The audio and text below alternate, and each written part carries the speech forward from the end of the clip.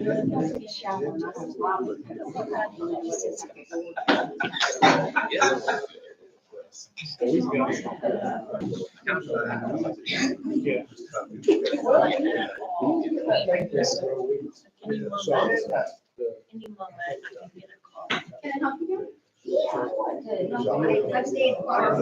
I give her blood pressure up to start the day off.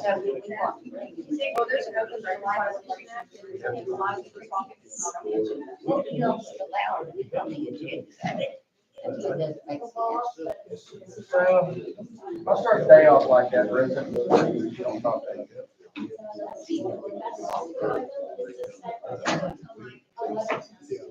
Huh? I told him you put him on there. Yeah. Yeah, I told you that.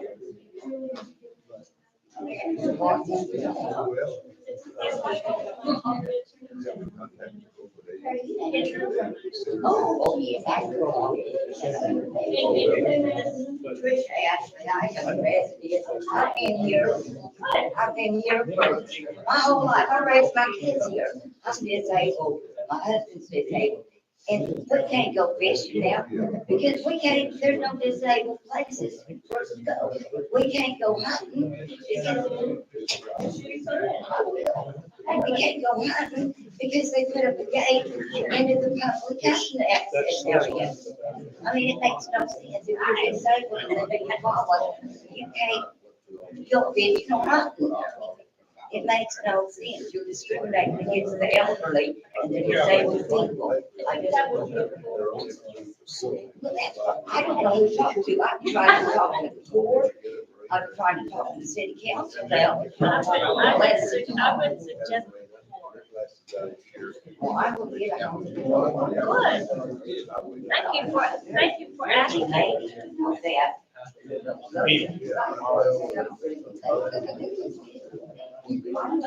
I said, yep. Yep.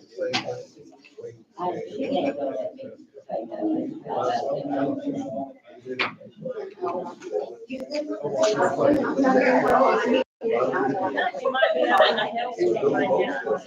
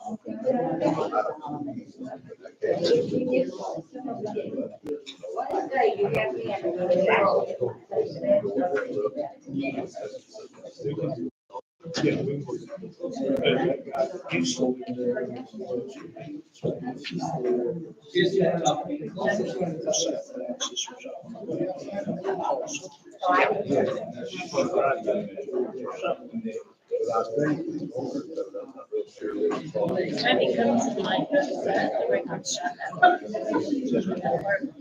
Minute shut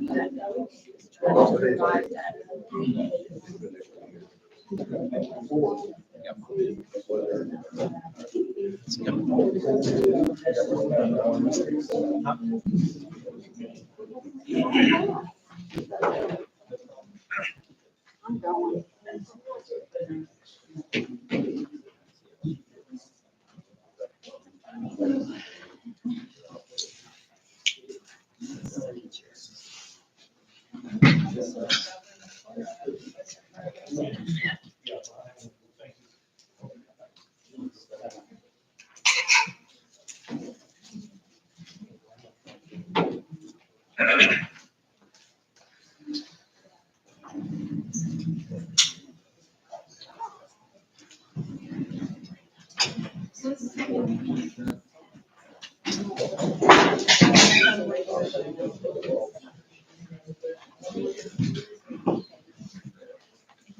So we each need one of these audiences.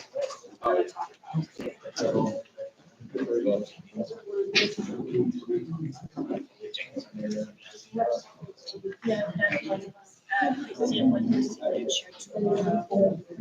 That says vice mayor, and it doesn't have the. Get it to you. It's just to clean up, I think is finding out what they're. And then I did.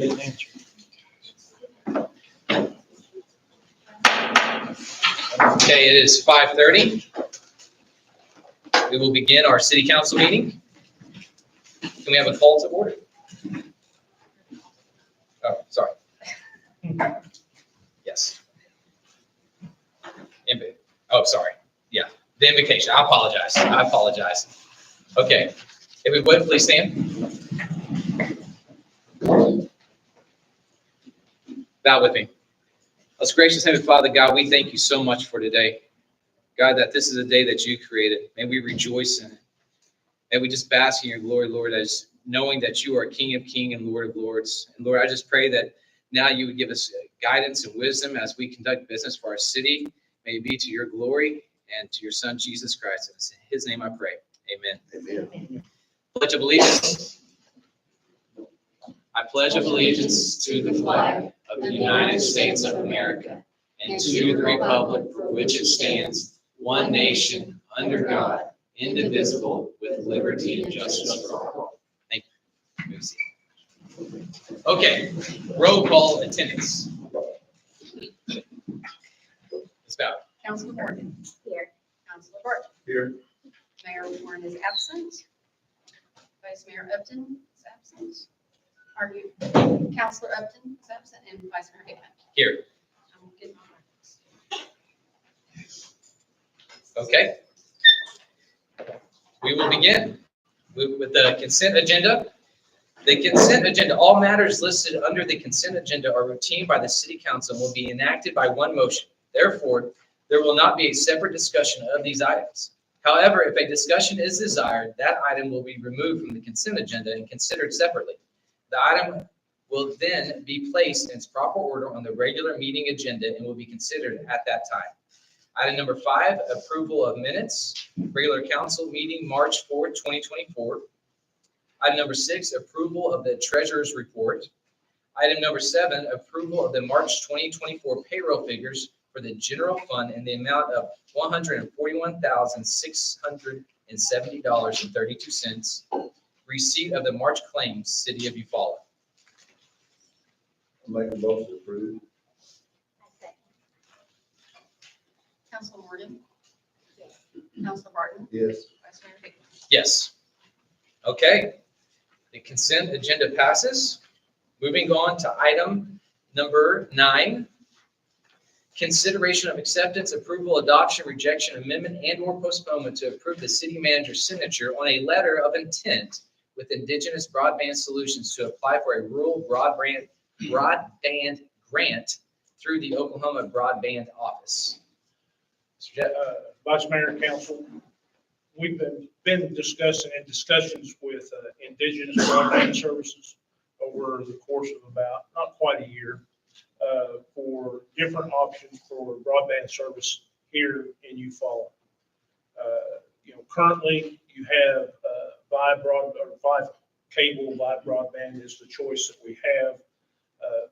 Minimal Canadian Valley access, mainly for the business corridor down Main Street, and very minor AT&T access. So what we're proposing, or what is a wireless radio type system that would provide affordable wireless service to folks that are underserved here in town. It'd be 100 meg service.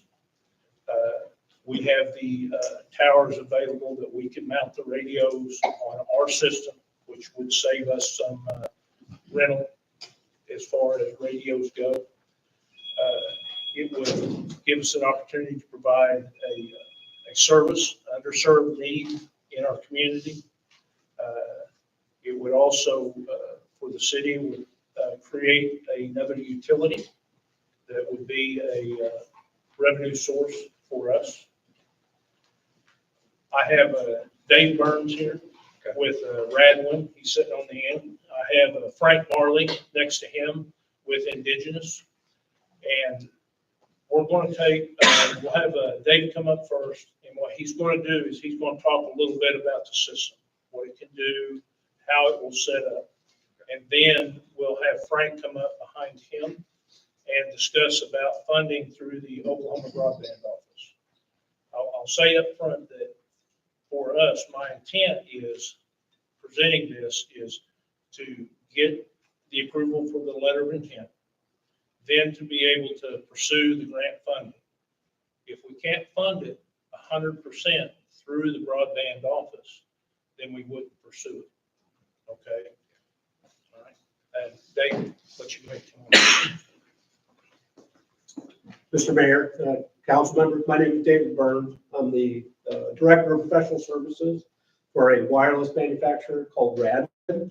Our radios are meant for what's called fixed wireless access. A lot of you are familiar when you think of wireless, you think of the LTE on your phone service, or you think of the Wi-Fi in your house, right? This is neither of those. While it still is a wireless connectivity, right? The radio, the base station that you have actually has a private connection to each of the subscriber units that are assigned to it. And the technology, and I won't go deep into the technology of how it works, but each of those connections at up to 5 miles away, which is the other side of the lake, all the way to the end of the peninsula, you know, down even across the other side of the lake on the end. From there can provide up to 100 megabits per second of service and more, right? So here in town would be multi hundreds of megabits capability. But the focus of it is that the reason that we could bring the network connections in and then have them to be very cost effective, far more competitive than what you're getting with fiber optics. While fiber optics come in, the expense that they have to put out in order to build the network, in order for them to recoup the cost, the services have to be, you know, over $100 a month plus, and depending on the rates. And then also those networks are also shared. So with the wireless network, we would have the connectivity, and then anybody, no matter whether you have fiber going past your house or cable or going past your house, you would be able to get that connectivity. Additionally, another thing that may be of interest to the town is that because it's wireless, right, now you can have what's called nomadic functionality, right? If you have incident command system, right, you have your fire department, your police department with ICS, no matter where you have an incident, you can take a vehicle there and wirelessly connect in high-speed internet instead of having to rely on an LTE network, right?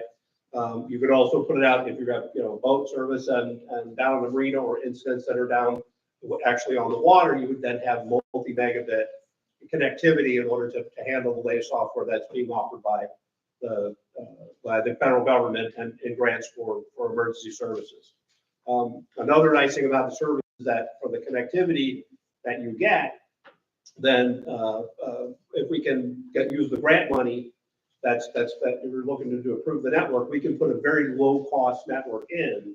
And because we can put that low cost network in compared to pulling fiber to everybody's house at that cost, which it never ends up being at everybody's house, right? The funds run out of money before, especially people that live outside of the city, before it ever gets to their house. All of that connectivity, we can do a lower cost and to meet what's called underserved. And another thing coming up after that's under what they call it the BEAD program, the federal government, and it's broadband equity. And so the connectivity is that, hey, just because you live in a rural area doesn't mean that you shouldn't, you know, that you shouldn't have access to the high-speed internet and the internet economy that we have in the United States. Also for growing it, which is, you know, outside of the city, is also the USDA, U.S. Department of Agriculture, is coming up with a new program, and they're calling it as part of the Last Acre Act, right? So now farming won't be just, oh, I have a tractor and a plow and I'm out in the field. Now there's going to be high-speed, all of that data gathering, high-speed sensors.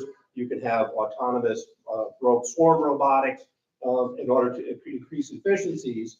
The investment that the USDA is wanting to put into smart agriculture is showing to them to be multiples of return of efficiency and reduction of carbon in order to meet the environmental concerns that the EPA is going to start pushing down heavily onto the farmer.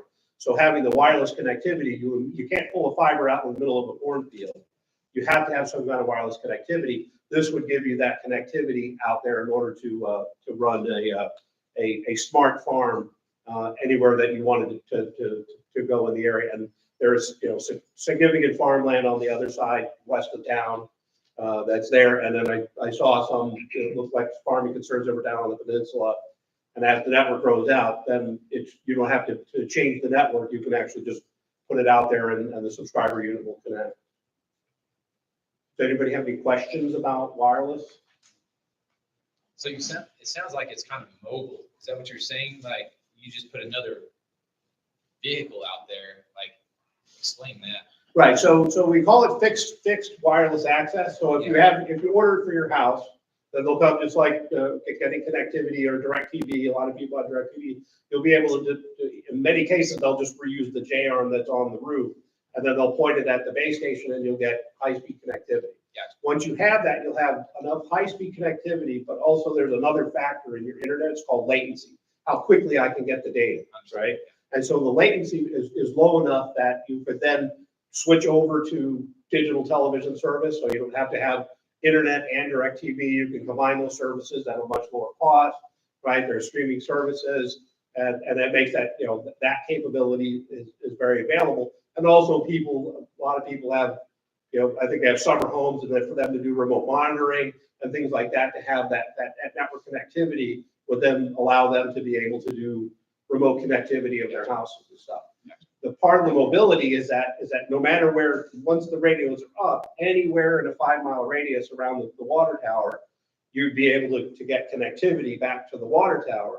So if I go temporarily, and we'll put the radio on if you have like an incident command vehicle, we can put the radio on the incident command vehicle, and then wherever you park, you just park and you just point the subscriber at the tower, and while you're parked there, now you have instant high-speed internet. How does it behave in stormy weather, really bad? So what's great about the technology is that in the 5 gigahertz technology, the design that I did, I always designed what's called 4 nines of availability. And 4 nines of availability, 99.99, constitutes to less than 3 minutes of outage per year.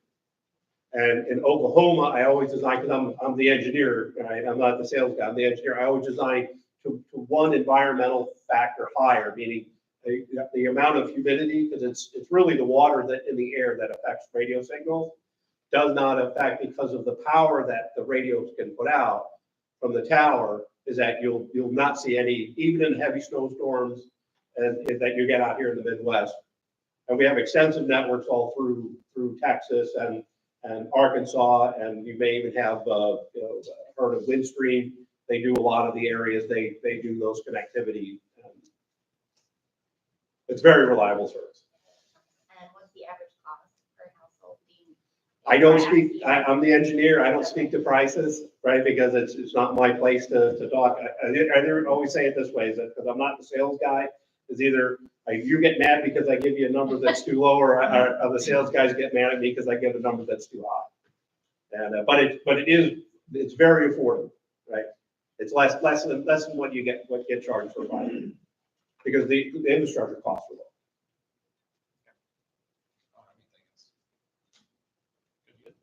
low. All right. Frank, I'd like you, if you come up and speak to the grant funding in the Oklahoma Broadband Office. Absolutely. Mayor, council, community of Eufaula. I'm from Oklahoma. So this was a big deal, big opportunity for me to work with JC again. I live in Miami, Florida. So I flew in today for this. Y'all's pollen has gotten to me a little bit. I apologize. But this is very important. This is a very important opportunity for us at IBS. Radwin, Dave, we've come in and we tried to put our best foot forward for this. So he talked about the technical side. I've spent the last 18 months hiding in the back room at the Oklahoma Broadband Council so that I understand where y'all's money is going. Okay, and what I can tell you, the first $380 million in ARPA funding that got allocated in January, it didn't go where it was supposed to. Okay, and so there is a second round of ARPA funding, $160 million, that will go out by the end of September. Okay? As Jeb said with the LOI, the way those funds are allocated, if you go to the Oklahoma Broadband Council site and you look at all of the awards for the entities and the cities that have got them, it's done through an entity like IBS. Okay, so we apply on behalf of the community. So that's what the importance of the LOI is to us. If you guys like what it is we put together, if you think the team can do it, then we put the grant in on your behalf. You do not owe us a penny if we do not get that grant. We eat everything we've done to this point. But our job was to make sure we understood that grant process 110%. How long is the grant? The grant is 1 year, 10 years? we have until 2026 to get the deployment out. We'll have it up in 3 to 6 months. Okay, so it's the difference between us and fiber. Fiber can take anywhere from 3 to 5 years because they're actually digging and laying trenching and pipes. So the funding was put together to give them about $12,000 per mile. It can cost up to $60,000 per mile for fiber.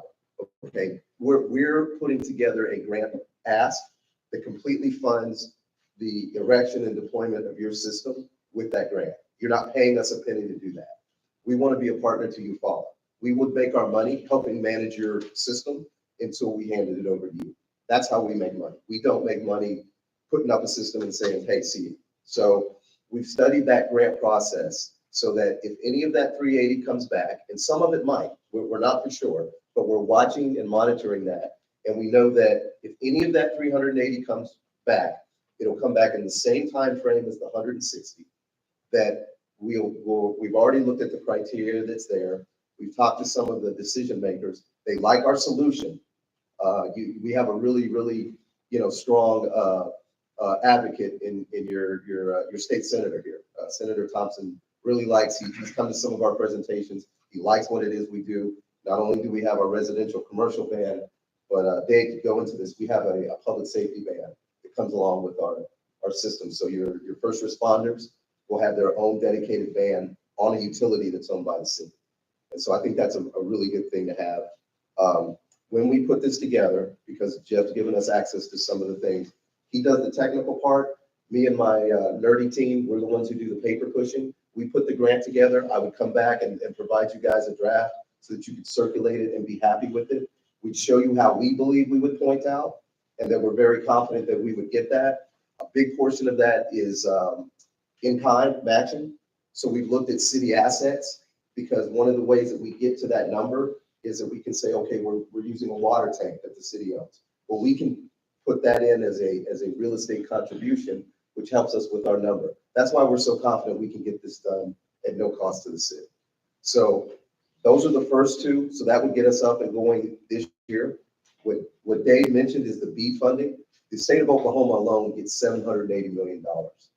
And that's going to come in next year in 2025. There's tribal funding. That's another $400 million. So the state of Oklahoma alone is looking at about $1.1 billion. That's one of the biggest allocations in the country. Okay, so we get you guys a system up and going. You start getting comfortable with it. You guys become, kind of the flagship of what we've done. BEAD is the big round. And so if we need to enhance that, if we need to do things like Dave said with agriculture, or, as your tourism industry grows, smart city applications, stuff like that.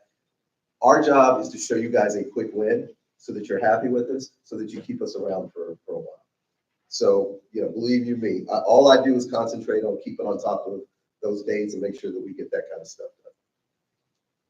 Any questions? As of now, no, I really don't. I mean, it's pretty straightforward. Yes, sir. So I like the idea that, it's no cost to the city, but yet it's a benefit to the city. And Absolutely. so, I mean, that's what we call a win-win-win. So I do like that approach. And I think it's a great opportunity for the city to be able to give, get this out to our residents at a low price. I mean, so that's fantastic. Again, it's great. So, because we have horrible service here. So it's absolutely horrendous. So, Council, you have any other questions? Thank you very much. Thank you. Thank you for the time. Is there a motion?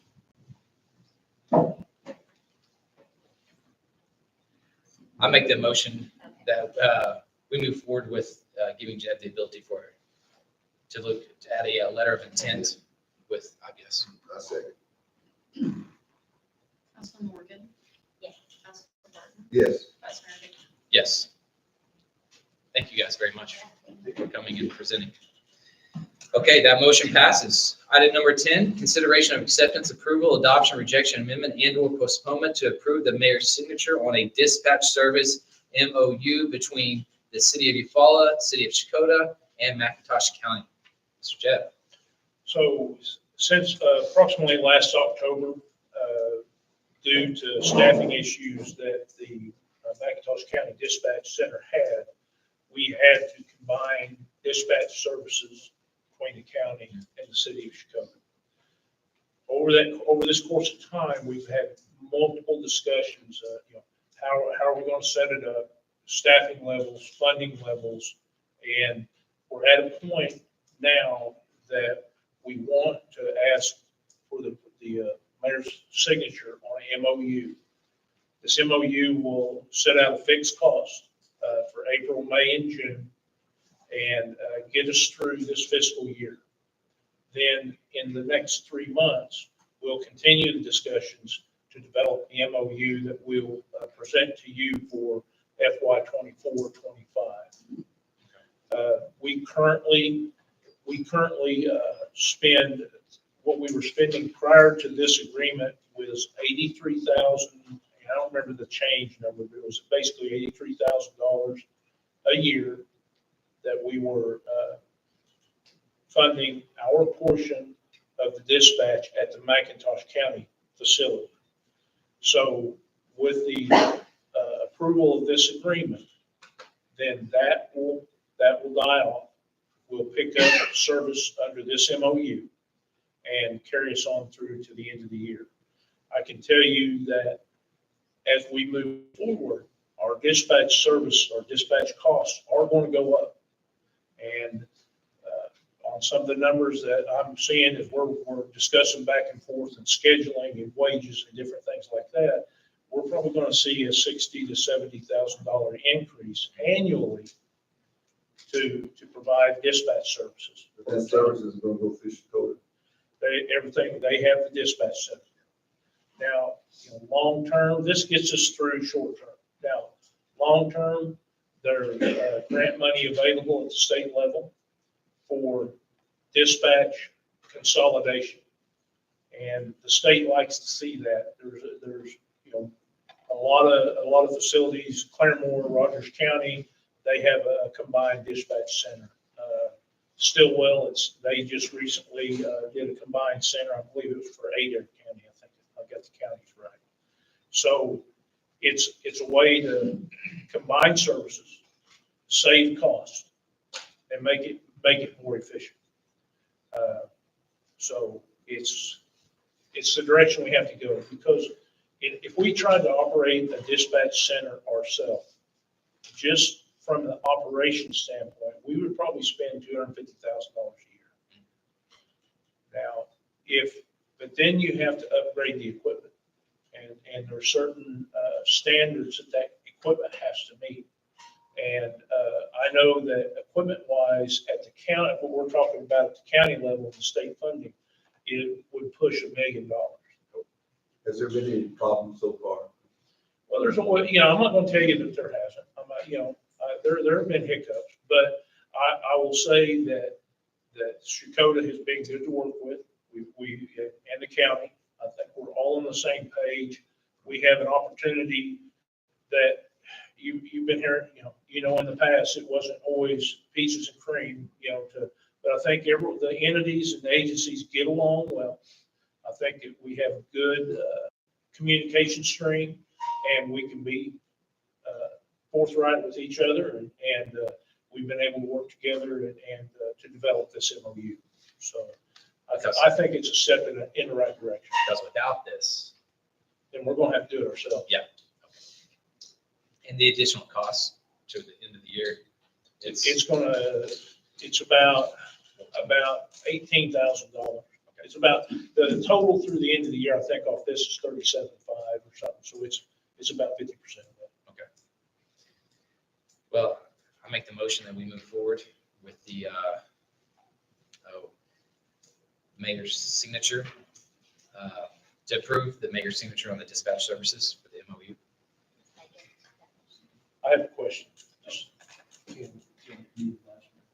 Yes, That all right? yes. Okay. I just want to make sure. Yeah. Counselor Morgan? Yes. Counselor Barton? Yes. Vice Mayor Hickman? Yes. Okay, that motion is approved. Moving on to item number 11, consideration of acceptance, approval, adoption, rejection, amendment, and/or postponement of Cunningham Construction Pay Application Number 4 for Old City Hall remodel in the amount of $182,411.40. Well, this is the fourth payment for us. Yep. We're moving along. We're progressing very well. I would like to invite anyone to come and walk in City Hall to know what it was before and know what it is now. It's going to be a first-class facility, it really is. As far as the progress goes, we have, the flooring is in half the building. They should finish it up the second half this week. AC's in, electric's good, other than a little minor outside light work that we need to do. If you drive by City Hall today, we've been demoing the parking lot out front. They're gonna be pouring this week. Hopefully it won't rain too much and it won't hold them up. But possibly if the weather will cooperate, we could have new parking and new sidewalk down the side by the end of the week. We've been really fortunate because the general contractor on it has good subs. Their coordination has been really good. I think it's probably better than most. And they're thinking that they will be ready to sign off and give us the project back in 3 or 4 months. So I think that we will be doing our first council meeting there. I can safely say June. I don't think we'll make May, but I think it'll be June. So it'll be really exciting. And I think everyone will be pleased with the product when they see it. I think a lot of people are very excited that we decided to remodel that. I've had a lot of confidence on that, so I'm excited about it. Do I hear a motion? Motion to approve the payment. A second? Counselor Morgan? Yes. Counselor Barton? Yes. Vice Mayor Hickman? Yes. Okay, that motion is approved. Item number 12, Student Resource Officer Report presented by Officer Mike Harris. So while Mike's getting set up, I'll kind of talk a little bit. Mike's going to make a presentation on different activities at the school that they've had to deal with. Also going to talk about some activities that the PD as a whole is having to deal with here locally. All right. And when there's a video here and the presentation it will show, and I'm going to warn you up front that it is graphic. All right. There's going to be some language and there's going to be some scenes in here that are a little bit graphic. But I think that this is, when you see this is the reality of what they've been dealing with in the last month. These are by some of the students. It's just juveniles in general. Yeah. Juveniles in general. So, Mike, I'll let you have it. To be here, City Council, to be your community. My name is Sergeant Harris. I am the ICAC investigator at Internet Crimes Against Children. I run the School Resource Officer Program here for the Uvalde School District. I'm also patrol sergeant. So today, what I want to kind of talk about is, like what City Manager said, we've been having some issues with. I'm just going to call it juvenile delinquents, and I'll explain why in a second, using that word terminology. But it is troubling, borderline frightening, and the things that we have uncovered, not just with recent events that I'm sure we're all aware of at the code, but also the child pornography cases that we've taken on, some of the monsters that we've put away. It's been pretty intense. I know just out of our office alone, we've done 3 warrants for 3 different states for people trying to ruin and lure children. So we're having a lot of issues with not only the physical aspect of fights, weapons, firearms, marijuana use, alcohol use. We're also fighting this now, this new digital cyber age that, to be 100% honest with you, we're just not 100% prepared for. So what I'm going to do is I'm going to start off with a PowerPoint presentation that I give my students. Do I have to turn?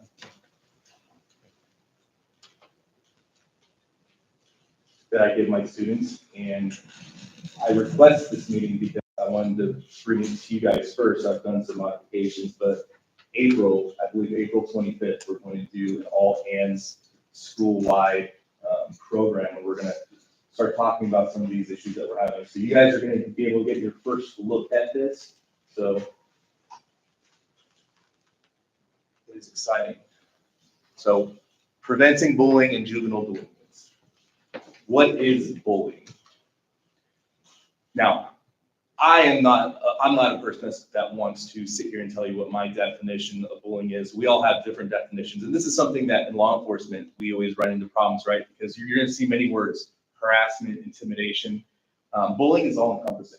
So instead of giving you what my definition is, and instead of talking about what your definition of it is, the only thing that really matters is what state statute says, what state statute governs, and why it governs that. So we got our current definition of bullying, 2022, the School Safety and Bullying Prevention Act, updated its terminology. So as of today, according to Oklahoma Criminal Court of Appeals, bullying means any pattern of harassment, intimidation, threatening behavior, physical acts, verbal, electronic communication, and that's going to be important here in a minute, directed towards a student or a group of students that results in reasonably perceived targeting, communication, and interferes with their ability to receive information. The second one is threatened behavior. That would be any pattern of behavior or isolated action, meaning one, whether or not it's directed at another person and is reasonable, the person would believe and indicate potential for future harm to students, school personnel, and or school property. So we're going to talk about the term delinquent, and there's a reason why I use this term. I use this term because the state of Oklahoma uses this term. This term means any person under the age of 18 who has violated a state, federal, or municipal ordinance pursuant to Oklahoma Juvenile Code. So let's talk about what a pattern is, because this is something I get asked by parents all the time. Well, how do you know it's a pattern? What gives you the right to say it's a pattern? That's a great question. So 2 or more criminal offenses that are committed as part of the same plan, scheme, or adventure, or a sequence of 2 or more same criminal offenses that are committed that are not separated by an interval of more than 30 days, or 2 or more criminal offenses that are committed each preceding an element to the single prior incident of pattern. Again, this is not my terminology. This is not my definition. This is Oklahoma Statute 21425.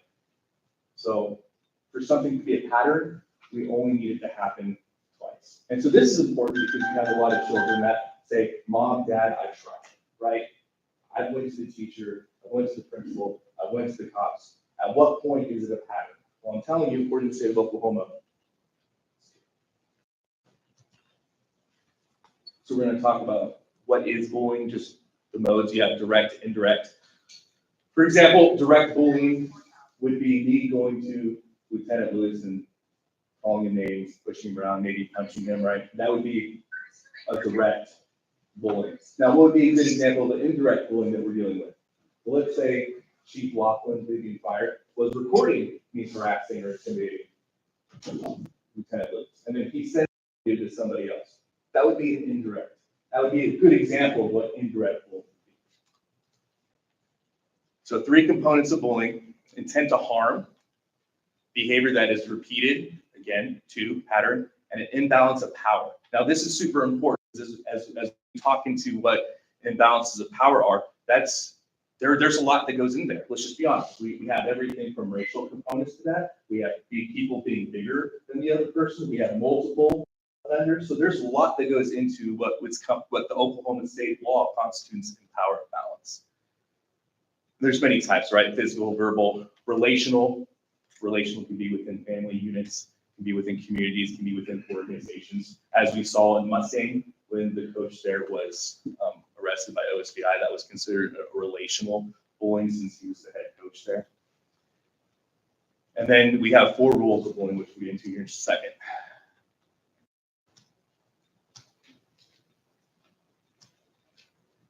So what about cyberbullying? This is a great example. Oh, the CDC says over 40% of young people experiencing cyberbullying at some point.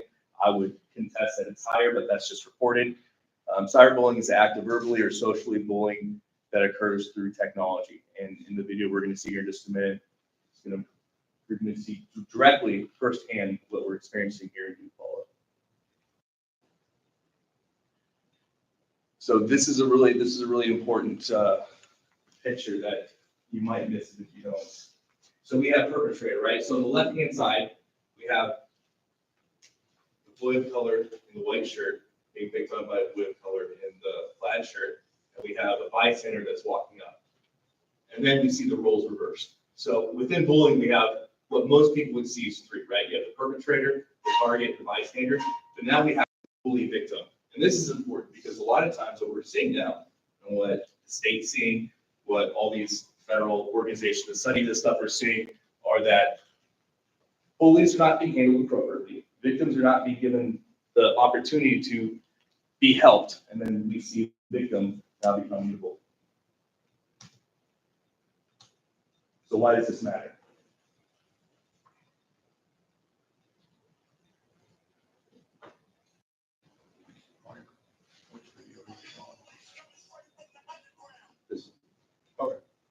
Just so everyone in the audience knows, I want to make sure everyone is clear.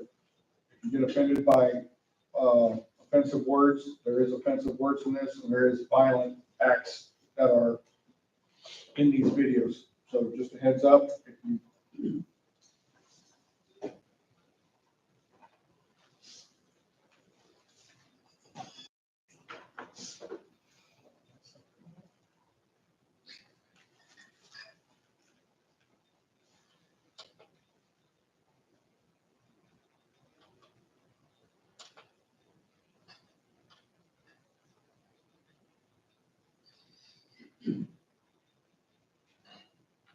That's unfortunate. It worked 2 hours ago, I promise.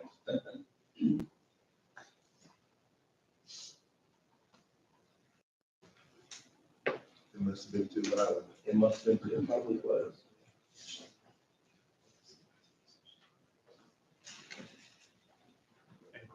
Yes, sir. You might try unplugging your HDMI cord, plug it back in, and plug it back in. It might go in too.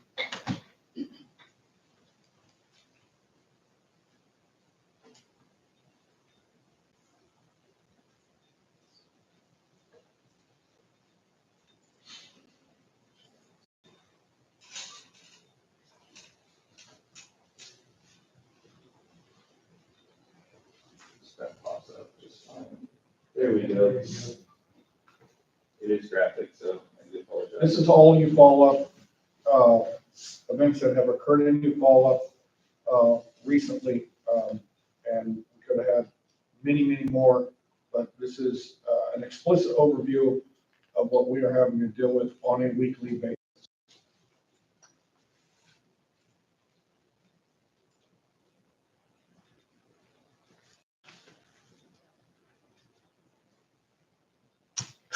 Police coming straight from the underground. The young nigga got it bad because it's brown. And that's the other fellas. Welcome back to that partner. Oh, shit. Oh, shit. Oh,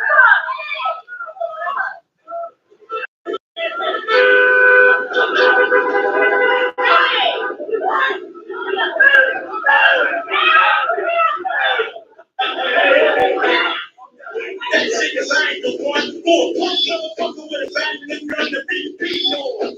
And so in jail, we can go to talk in the middle of the cell. What with me? Where's the location on that? I don't know, baby. I'm finding out. I'm finding out, baby. Fuck with me.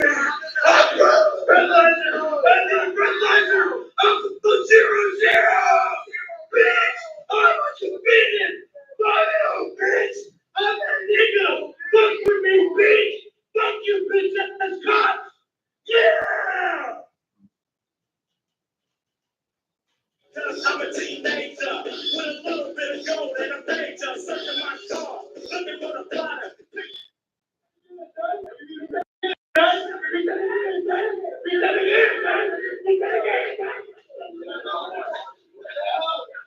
his ass beat.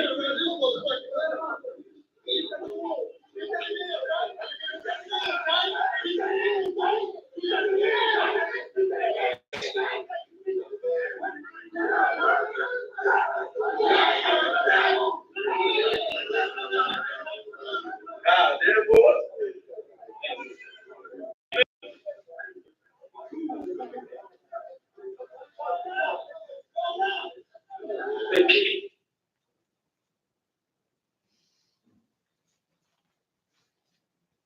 I think it goes without saying, that's why it matters.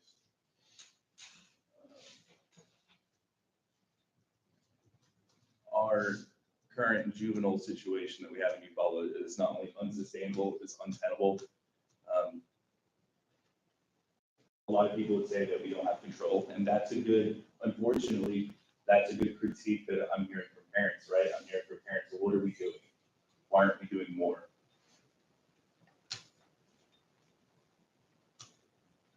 So our law enforcement mission here in Eufaula, and again, you've seen this terminology over and over again. We seek to protect citizens by proactively addressing crime, identifying and responding to community needs and concerns, citizens and victims of crime with professionalism and compassion. I know this weekend we've had 9 citations for juveniles. I know that was the same for the weekend before. I know that for my case, as an ICAC investigator, I've probably dumped more than 30 cell phones or children with child pornography on it. So while you may not see necessarily the impact that we're having, we're definitely, we're addressing the situation the best we can. But clearly it's not enough. So what are law enforcement schools? So this is what I kind of have brought up, right? Education. So that's kind of like what we're doing here, right? With this, we have a PowerPoint. We're talking to the kids. We're educating the kids. We're telling them this is why, being careful on your electronics is important. This is why you shouldn't hit each other. This is why you shouldn't pull guns on each other. This is why you shouldn't drink alcohol or drive. This is why you shouldn't smoke marijuana and drive. So that education is being done. You would think that it's common sense and we shouldn't, but it is important. So yes, we have been doing education. The education part clearly is not working. Public outreach and collaboration.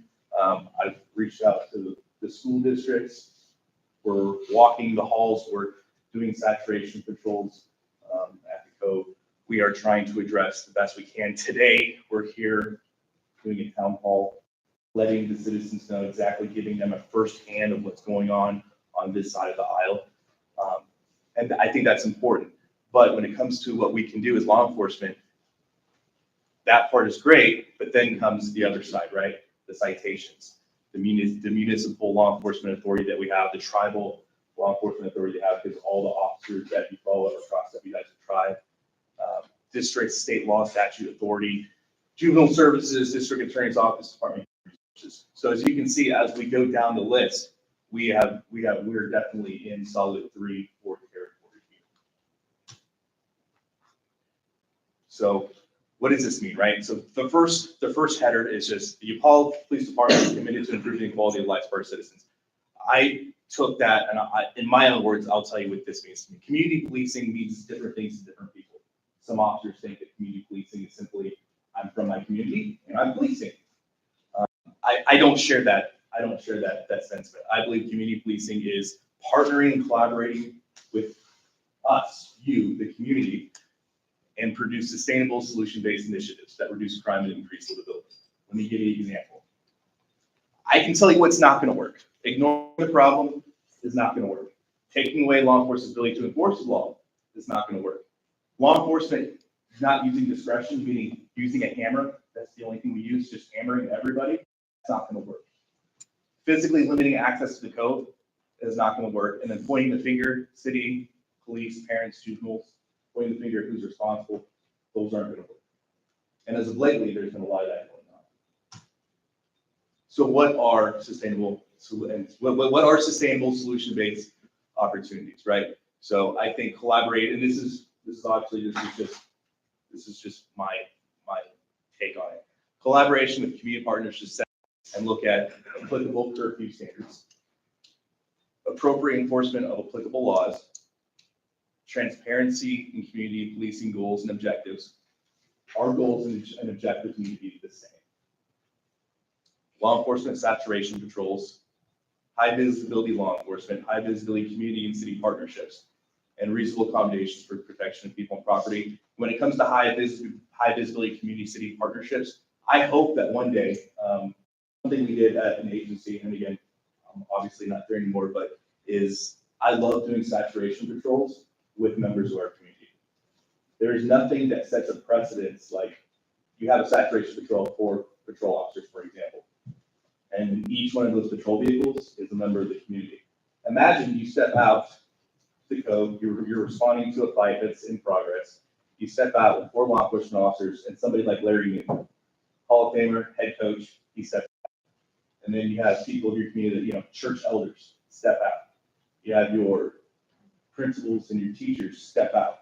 And then you have your parents step out. And they're all in tandem with law enforcement saying that video we just saw is unacceptable. Clearly, it's unacceptable. So again, there's a lot of things that we can do that are not just creating an ordinance, creating a statute, hammer everybody, but we have to start doing something, because if we don't do anything, the problem's going to get much worse to the point where we are going to have a death. That is the trajectory that we're currently on, and I've seen it many times before. And that's not something that any of us want to happen. I know everybody behind me doesn't want that to happen. I know you as a community doesn't want that to happen, and all the officers that are here present today, and fire, EMS, they don't want that to happen either. So these are all statutes and violations that we've had to deal with pretty regularly in the last few weeks, and this is what we're trying to do. And remember, these aren't adults. These are our juveniles. These are our children. These are our babies.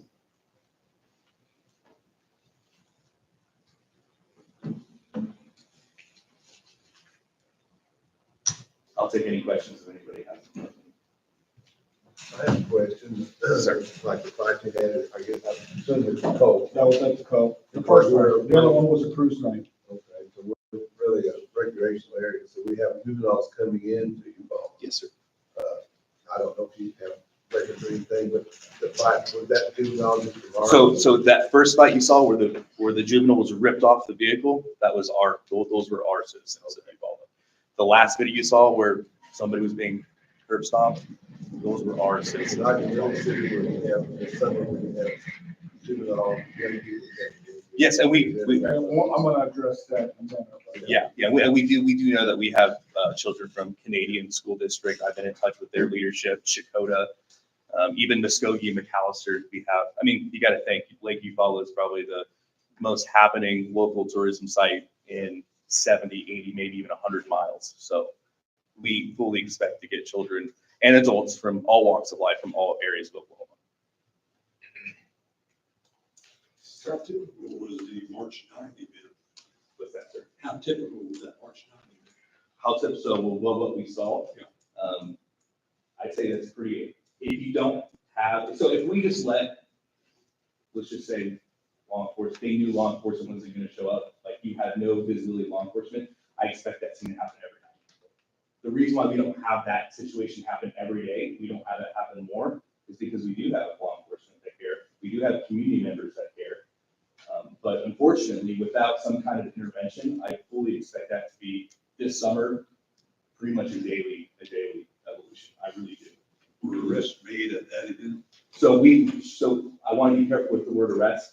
Were children detained? Yes. Now, statutorily, I do not have the ability to make an arrest. And to effect an arrest is to detain somebody and lodge them into a facility.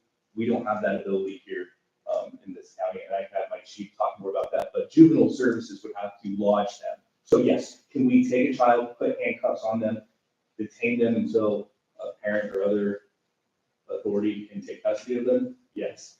But I feel like a lot of community members think that we can go hands-on arrest and then take them to a juvenile facility and lodge them like we would with an adult. We do not have that. I do have a question. Yes. You mentioned parents. I'm thinking, how are the parents responding? It sounds like your parents might be helpful. So, the one thing that I say, is I get this question a lot, I never teach or try to tell people or preach to people how to raise their children. We obviously have a lot of great parents here, and I'm sure everybody is going to have a different spin, whether that is culturally, religiously, morally, right? Everybody kind of has their own code of ethics. I think what we can all say is, this is unacceptable.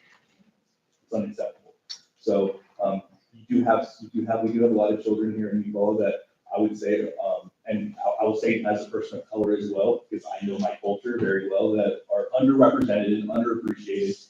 And unfortunately, there are barriers. So to pretend like there's not barriers involved, regardless of where you come from or what skin color you have, I think is important too. But ultimately, what I will say, I do think that parents want to help. I think it's just encouraging parents and empowering parents to work with us, right? Because parents may want to do something, but they may not always know what to do or how to do it, right? There may be some very solid, blue collar vocational men out there that want to help. They just don't know how to help. Well, jump in the car with me, drive around, talk to me.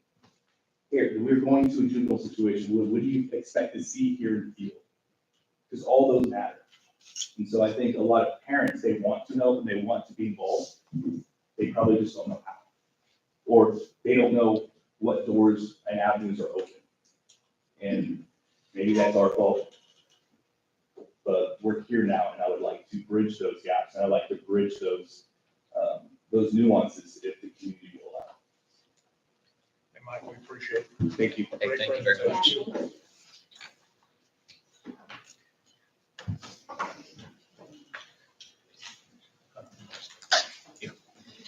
Thank you again. Okay, so as we look to item number 13, consideration of acceptance, approval, adoption, rejection, amendment, and/or postponement of ordinance 24-4-1, amending language in the current ordinance regarding juvenile curfew days and effective times. Mr. Jeff. All right. So, Vice Mayor and Council, what we have today is we have ordinance 24-4-1, which addresses juvenile offenses, which is section 10-2301 of city ordinance. As we were reviewing the ordinance, we found that to us it was a little bit unclear. Friday was left out of the ordinance. It wasn't even called out specifically.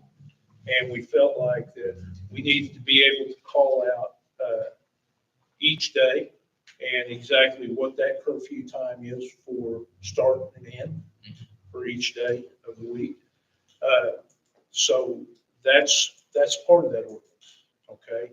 The way that our ordinance is written currently, during the week, which is Sunday, Monday, Tuesday, Wednesday, Thursday, that time is 11 o'clock. The weekend curfew is 12 o'clock. Now, the Chief Briney would like to talk a little bit about that curfew, and he has some observations about it that he'd like to share. The Chief, we're talking about people under 18. Yes, sir. Yes, we're talking juveniles under the age of 18. Good evening, everyone. You don't know me, my name is James Bryan, I'm the Chief of Police of Uvalde. Vice Mayor, council members, this has become a huge issue with us, and it's not like this is anything new. I just believe that it hasn't raised to the level that it is. We deal with juveniles around. We do get an increase, especially during the summer months. We get tourism, we get people coming in. But we are having a lot more frequent and definitely a lot more violent interactions with our juveniles. We are dealing with it on a weekly basis now. I've done a lot of research. I've checked in with multiple different departments. Specifically, working with, and I'm not going to speak on their behalf, but we are starting to set the precedent for other municipalities, and they're looking to us right now to see where we're going to go where it comes to resolving these issues that we're having with the juveniles. and they're looking to follow our footsteps. So the biggest issue is the time.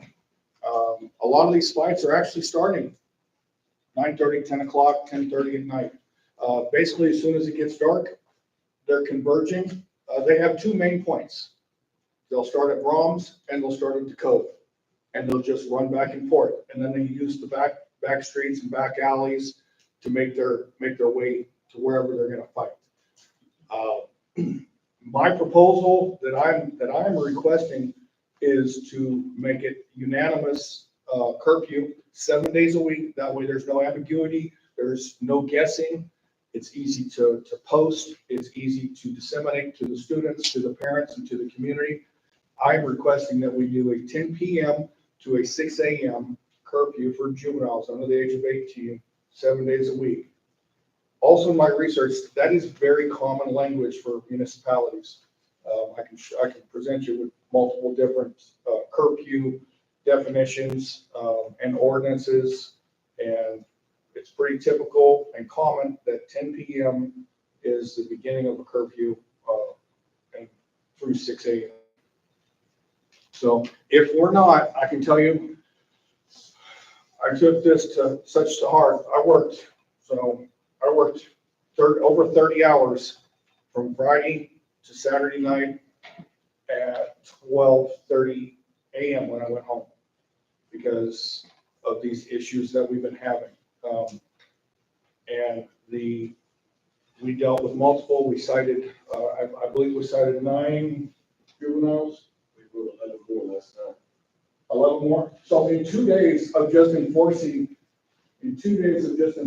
this, and we're not talking, I don't like to use this terminology, but I have to because everybody will understand it. We're not talking about the kids that are not creating an issue. We're talking kids that are actively walking by us saying, F you police, kiss our, you know what, I mean, you name it. There's no respect. And so they are instigating.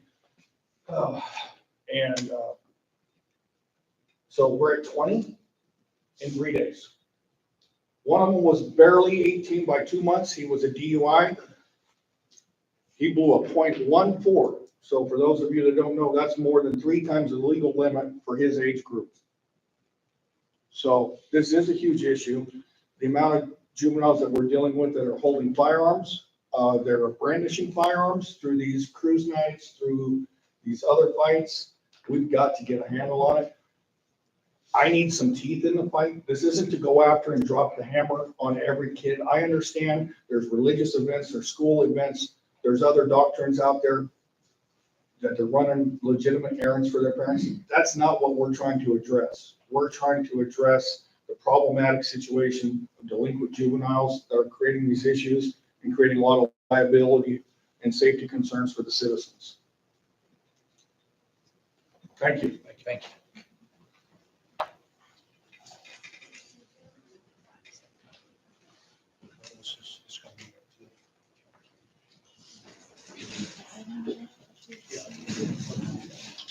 So, yeah, go ahead. Yeah, go ahead. So, Vice Mayor and Council, so Kay is going to hand out a copy of an ordinance. In order to properly process an ordinance through council, every councilman has to have that ordinance in front of them. Now, we've set this up specifically. When you get your form, you'll see that on the PM times, we left the PM times blank. Okay, and the reason we did this was it will allow you to have that discussion, to make that choice. You may choose to leave the curfew as it is. You may choose to modify it by an hour. You may choose to modify it to 10 o'clock. That's your choice as a council. So we have the form set up in such a way that will allow us to legally present the ordinance to you. And that way it can be modified if you so choose or not. Has it always been set for 11? Has that kind of been the natural ordinance? No, the one that we simply put in your packet to make clearer. Yeah. it was supposed to be 12 o'clock Friday night, Saturday night. Yeah, Well, got it. Friday was never even on the list. It was because 12:01 on 12:01 on Friday, 12:01 a.m. on Saturday is really Friday night. So it was there, but it didn't have the word Friday. PM means noon and AM means midnight. So 12:01 Saturday is 1 minute past midnight on Friday night. It was there, but it didn't have the word Friday in it. And so some of the officers had a hard time reading this language and interpreting. So we decided we'd just set out every day and make it very clear. So the one in your packet is to set it out clearly. And it was using what, Jeb? It was using midnight Friday and Saturday. So in in your packet, your ordinance reads for Sunday, Monday, Tuesday, Wednesday, and Thursday, 11 p.m. to 6 a.m. Friday and Saturday, 12 midnight to 6 a.m. So, And it just set it out day by day, so the officers could clearly see that there was a Friday addressed. But we, So, when I was on the council years ago, this came up, this is the site, this is the yes. type of extent. But if you think that's okay, the one in your packet simply makes it really clear that every night has a definite time. But you have to have an ordinance in front of you in writing to vote on it. So if you want to set a different time tonight, I wrote this blank one. And you all would have to vote on a start time for each night. If you don't like the one that we cleared up, that's in your packet. Any thoughts? So my question is, you feel like 10 o'clock across the board, 7 days a week? Correct. The 1 hour extra Sunday through Thursday will make a huge difference. It will make a difference. First of all, a lot of times we get a lot of confusion. Well, I don't know what time the curfew is. Well, it's 11 o'clock. Well, no, that's actually tomorrow. And so my idea, one is typically we're already starting to have issues right after dark. So even going into the summer months, we're talking 9:30 at the latest. And in doing my research, again, like I said, through other municipalities and state, and primarily municipalities, there's been a standard set at 10 p.m. to 6 a.m.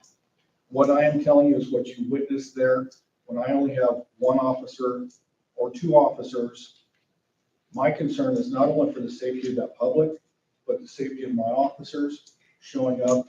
There being 15, 20 people there, not knowing how many people are armed. If we can get a handle on this doesn't mean that we can't go back. But right now, I am saying this and I'm stating this. If we don't change something, there is something major that's going to happen. And I am not going to be the person that's going to say I didn't try to change. So again, I believe the 10 to 6 uniform, that way it's easy to post signs. It's easy, everybody knows, hey, 10 o'clock, it's curfew. And that doesn't mean if you get off at your job at Brahms at 11:30, you've cleaned up and helped tally up and lock the doors, that you have a legitimate reason to be out. If you come home on the band bus and it's midnight, you have a legitimate reason. If you're working at the marina and you don't get off and get home by 10. There is verbiage yes. for that, Right. for work, for family events, special activities. It will, and again, you entrust us to take care and police this community. I would hope that you would trust us to utilize our common sense that we're not going to abuse this power to just go after juveniles. This isn't the intent. The intent is to get a control, get a handle on the amount of violence and alcohol abuse and just the negative activity that's going on. You know, it's funny you mention this because I always tell my kids, I got teenage kids, you know, and I'm like, man, nothing good happens after midnight. ever. Like, so be home at 10, you know? Especially, I mean, weekdays, that's not even a question. And I understand, there's gonna be Yeah, and a so, public outcry. Put it on my shoulder. I Well- got big shoulders. I mean, Well, there should not be a reason for a 16-year-old to be out at 10 o'clock. 16, If you're 13, 12. If you're parenting, you'd want your children to be in So- a reasonable time. Correct. and I, number one, I just want to thank you for your advice. I mean, it's definitely something as we look at this to think about and seriously consider. And so, you know, my thought, counsel, is like, you know, 11 for juveniles is definitely late. You know, you really should be walking the streets at 11, you know, or I hate it when they're at the Cove late at night. That drives me, you know, you drive by, it's like then you hear them racing too.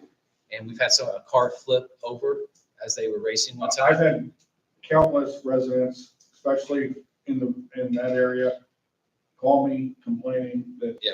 they can't even walk their dogs at night. They're afraid to take their elderly wife for a walk because of all the negative activities that Sure. are going on there.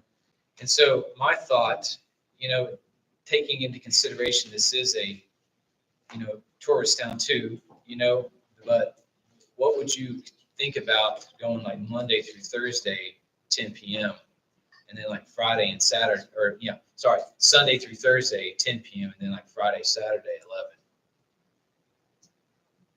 11. I mean, what's your thoughts? I'm more open to that just because of the weekend and we are a town where lots of people come in and we have lots of stuff going on. I think what makes a difference I mean, if they're with their parent, if they're a tourist and they're with their parent, they're not gonna be stopped. Correct, they're not Yeah. subject to it. They're stopped if they're out walking around and don't have a reason to be. So if they're here as a tourist and they're doing family things and their parents are with them on the weekends, they're not gonna be stopped and asking questions. And again, that's where your trust in your law enforcement has to come from, that we talk to Sure. them. Hey, where are you from? We're from Texas. Hey, guys, great. Just so you know, we got Yeah. a 10 o'clock curfew. Go ahead and head back to the house. Have a great night. That's where we have to have this partnership where we all work together. Any other questions? Comments? Mr. Roger? Oh, I'm a grandpa. And I know when my son was a certain age, I had a curfew for him to come in. Sure. It was usually 10 o'clock, and I had to go look for him occasionally. But we are a recreational community, and we have a lot of juveniles coming in from, you know, for the lake and so forth. But I'm trying to think of why would a teenager or the parents would want a teenager to be out at 10 o'clock even. We don't have a movie theater anymore, so that takes care of that. Would you like the truth? Do I? Would you like the truth? Yeah. Well, they're out telling their parents that they're gonna go to little Johnny's house and they're gonna watch a TV. And little Johnny's parents may or may not be very attentive. And so then they're gonna go out and run around and do what it is that they want to do, whether it be positive or negative.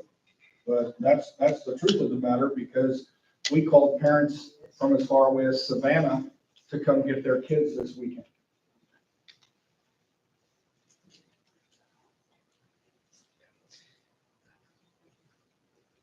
So my thought is I would like to move forward with the Sunday through Thursday, 10 PM, and then Friday, Saturday, 11 PM. But with the idea that, you know, this could change too. So I mean, I say that because I definitely want to, excuse me, what? But I can see the point. Yeah, I mean, 100%. I mean, that's why it's such a struggle, you know? 10 o'clock, it's 6 o'clock, that's it. Yeah. You need it.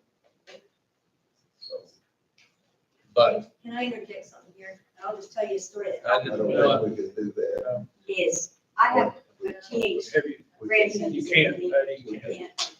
If you filled out a slip, then you could. But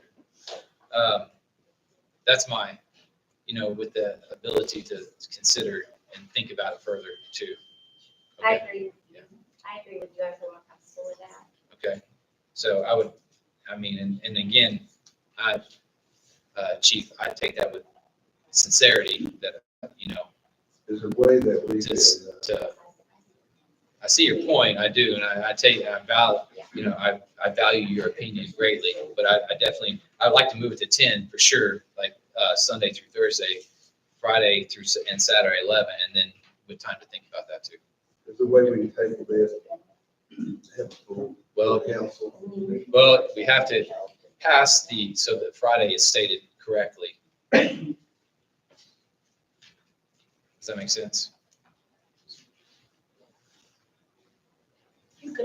You could improve the situation by passing the one in your packet, which at least clearly sets out what we have now, but doesn't change the hours.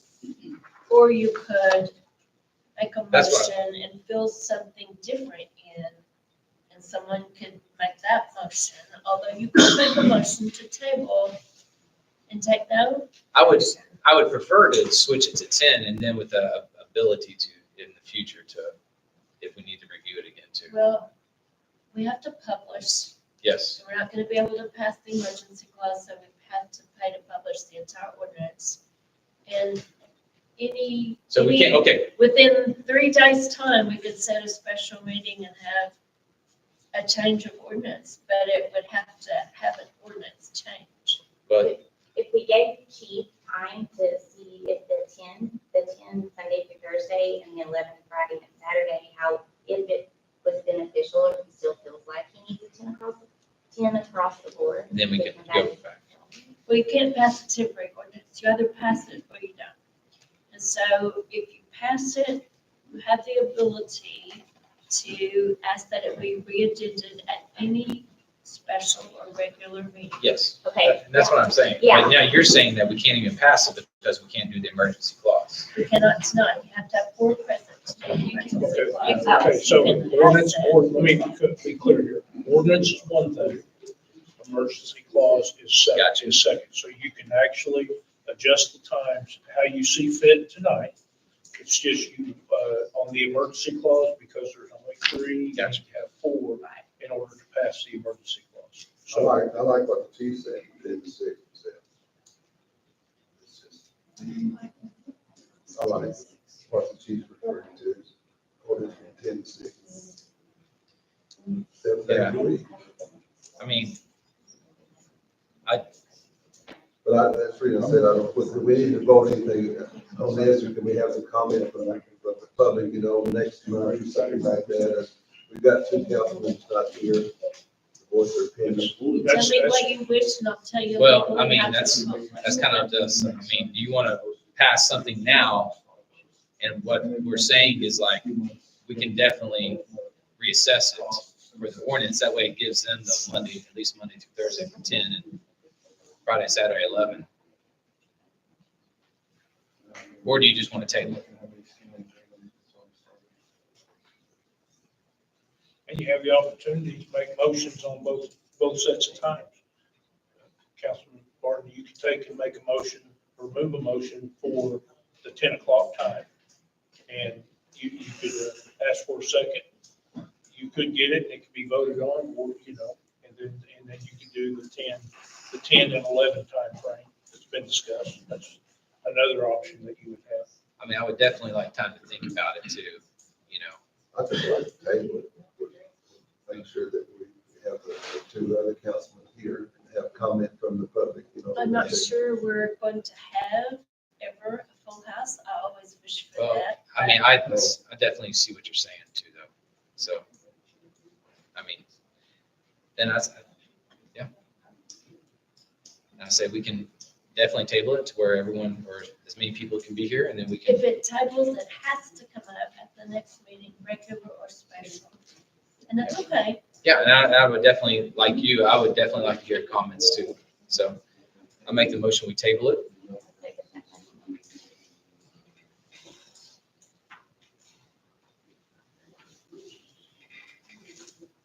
Councilor Morgan? Councilor Barton? Yes. Vice Mayor Hickman. Yes.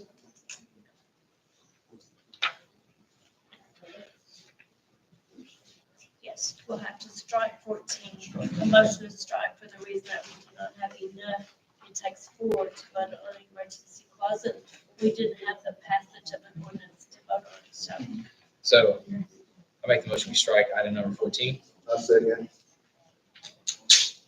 Counselor Morgan? Counselor Barton? Yes. Vice Mayor Hickman? Yes.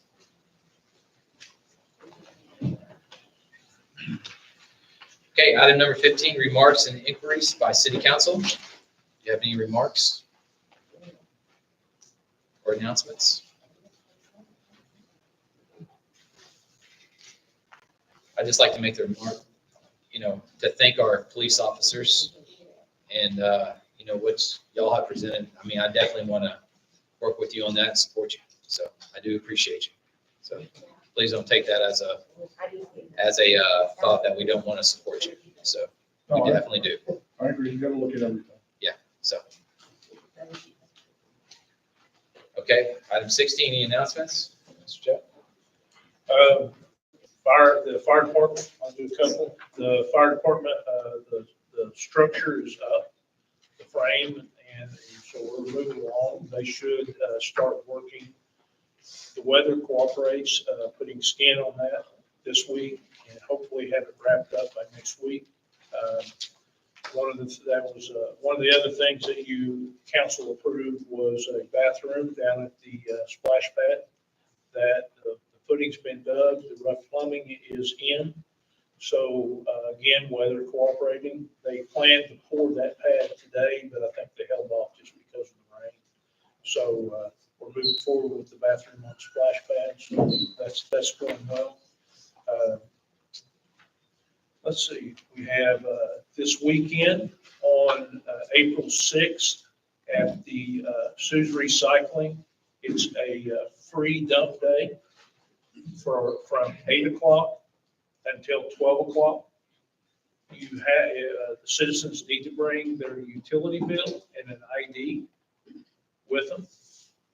So that will be available. This is something that we do once a quarter. We've kind of got it grouped in the spring and summer and early fall. Then we also have a spring cleanup will be coming this year. Is going to be May 11th.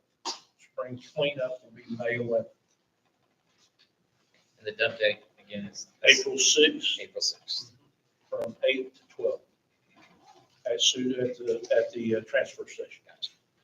ID and a driver and your utility bill. Do I hear a motion to adjourn? Motion to adjourn. Second. Counselor Morgan? Yes. Counselor Barton? Yes. Vice Mayor Hickman? Yes. Okay, that meeting is adjourned. Now we will go into our Eufaula Public Works Authority meeting. Can I hear a roll call for attendance? Counselor Morgan? Here. Counselor Barton? Here. Mayor Moore is absent, and Counselor Upton is absent. Vice Mayor Hickman? Here. Okay, the consent agenda. Again, all matters listed under the consent agenda are routine by the Public Works Authority and will be enacted by one motion. Therefore, there will not be a separate discussion of these items. However, if a discussion is desired, that item will be removed from the consent agenda and considered separately. The item will then be placed in its proper order on the regular meeting agenda and will be considered at that time.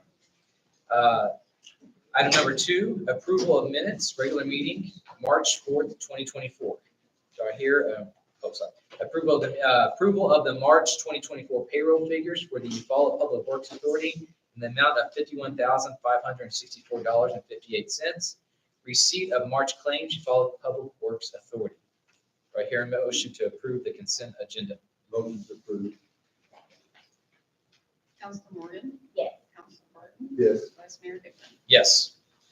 Okay, items removed from the consent agenda. Item number 5, consideration of acceptance, approval, adoption, rejection, amendment, and/or postponement of pay application number 12 from Lone Hickory Cattle LLC for the CWSRF sewer project in the amount of $70,414.37. This is our routine payment for progress today. They've spent quite a bit of time cleaning up, and they're still pouring concrete.